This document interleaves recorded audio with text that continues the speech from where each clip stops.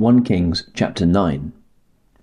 When Solomon had finished building the temple of the Lord and the royal palace, and had achieved all he had desired to do, the Lord appeared to him a second time, as he had appeared to him at Gibeon. The Lord said to him, I have heard the prayer and plea you have made before me. I have consecrated this temple which you have built, by putting my name there forever. My eyes and my heart will always be there. As for you, if you walk before me faithfully, with integrity of heart and uprightness, as David your father did, and do all I command, and observe my decrees and laws, I will establish your royal throne over Israel forever, as I promised David your father when I said, You shall never fail to have a successor on the throne of Israel.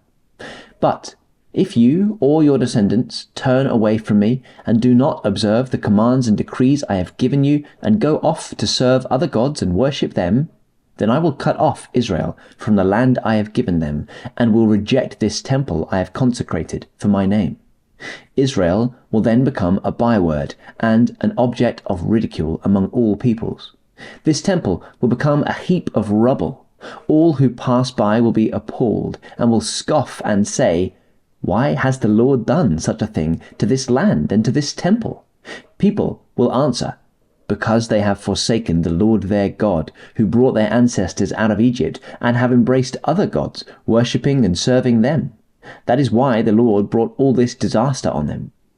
At the end of 20 years, during which Solomon built these two buildings, the temple of the Lord and the royal palace, King Solomon gave 20 towns in Galilee to Hiram, king of Tyre, because Hiram had supplied him with all the cedar and juniper and gold he wanted.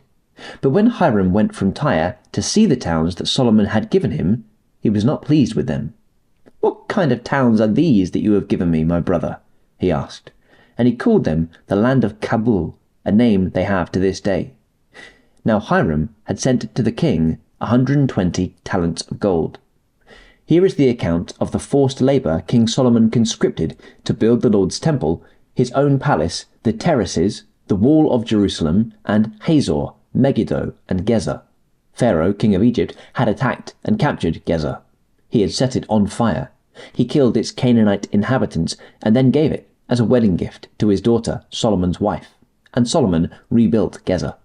He built up Lower Beth-horon, Baalath, and Tadmor in the desert, within his land, as well as all his store cities and the towns for his chariots and for his horses. Whatever he desired to build in Jerusalem, in Lebanon, and throughout all the territory he ruled. There were still people left from the Amorites, Hittites, Perizzites, Hivites, and Jebusites. These people were not Israelites. Solomon conscripted the descendants of all these people remaining in the land, whom the Israelites could not exterminate, to serve as slave labour, as it is to this day. But Solomon did not make slaves of any of the Israelites. They were his fighting men, his government officials, his officers, his captains, and the commanders of his chariots and charioteers.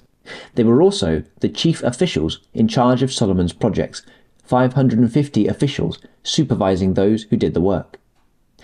After Pharaoh's daughter had come up from the city of David to the palace Solomon had built for her, he constructed the terraces. 3 times a year, Solomon sacrificed burnt offerings and fellowship offerings on the altar he had built for the Lord, burning incense before the Lord along with them, and so fulfilled the temple obligations. King Solomon also built ships at Ezion-Geber, which is near Elath in Edom, on the shore of the Red Sea. And Hiram sent his men, sailors who knew the sea, to serve in the fleet with Solomon's men. They sailed to Ophir and brought back 420 talents of gold, which they delivered to King Solomon.